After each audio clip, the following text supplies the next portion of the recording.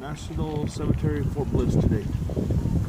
My name is Manuel Valenzuela, and today I'm over here in Fort Bliss, Texas, giving honor of fallen Army brother and a brother that has been given. My time has been given to me. In the day they called me that he passed away here, while is deported. At that moment, on June 14, my brother and I was marching in Pueblo, and I received a call that he passed away, and he was a Vietnam veteran. And that really it turned my life upside down. To hear that a band of brothers being deported and passed away deported, and the nephew calling me up to see if he could get some help and get him crossed back over to the United States to be buried with his family.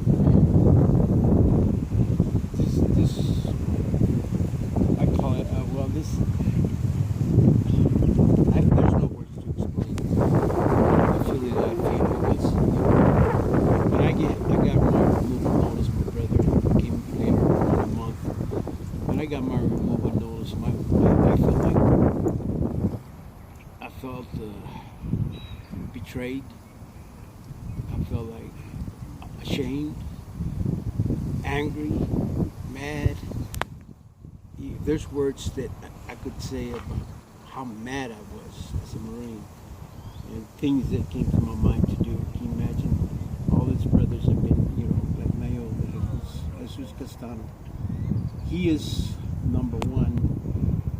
first one to be documented, deported from this country and brought back and buried with military honors.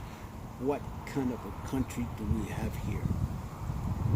He couldn't live here, deported after he served honorably, but to die here, to be buried here with honors and given an American flag, that's just like, I don't know, it's very hard to explain that anger I have inside of what America has been doing to veterans, and yet there's millions and millions of veterans and soldiers, and none of them stand up. Only few. This should be, just look at this. All these soldiers here have put their life on the line. And there's one brother right here, deported and buried here. When that happened, the family asked me to help them on June 14th. That was on a Thursday at 4:30, I still remember. And I was marching. And when they called me up, he passed away, he needed help. I called Rosemary Martinez from El Paso, Texas. And boy, things really started happening. And by Friday, they called up the senators, congressmen, and they did all that work, Rosemary and Clavo. And I'm very proud to be here with them and to honor Manuel De Jesus Castano, and to tell them that we're not going to ever stop fighting. We've got to bring each and one of us back, because their families have suffered. They were in the service. And then to top it off, when you come back from the service, 99% of us come back with PTSD problems. And that right there is like, what is America doing? Doesn't it care for veterans?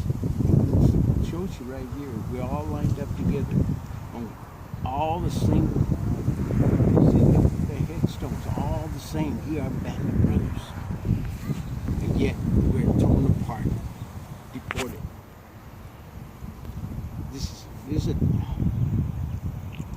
to me, I look at the world, it's going wrong. And people are going to have to start talking about stepping up and fight for him, because even that day when he died, I was so mad. And then the family called me up on a Friday that next day, and by noon they said, "Oh, thank you guys for jumping in, and we got Fort Bliss, Texas, accepted him to be buried." Oh man, I was so happy and proud, that that happened. But doing that course, I know that it takes a while to bury any person, about 7 to 10 days. I asked the family if I wanted to come over here and honor him and to bring the news media, because it's the first documented deported veteran in history. And now we have like 3 or 4 more other Vietnam veterans that have been deported. But I asked the family if I could come over and bring the media attention. And they begged me, "Please, Manuel, don't stir up." Can you imagine for them to be scared that Fort Bliss would now allow him to be buried here? I mean, what kind of that feeling from a family? That's me bring something might happen. So I was hurting so bad. I myself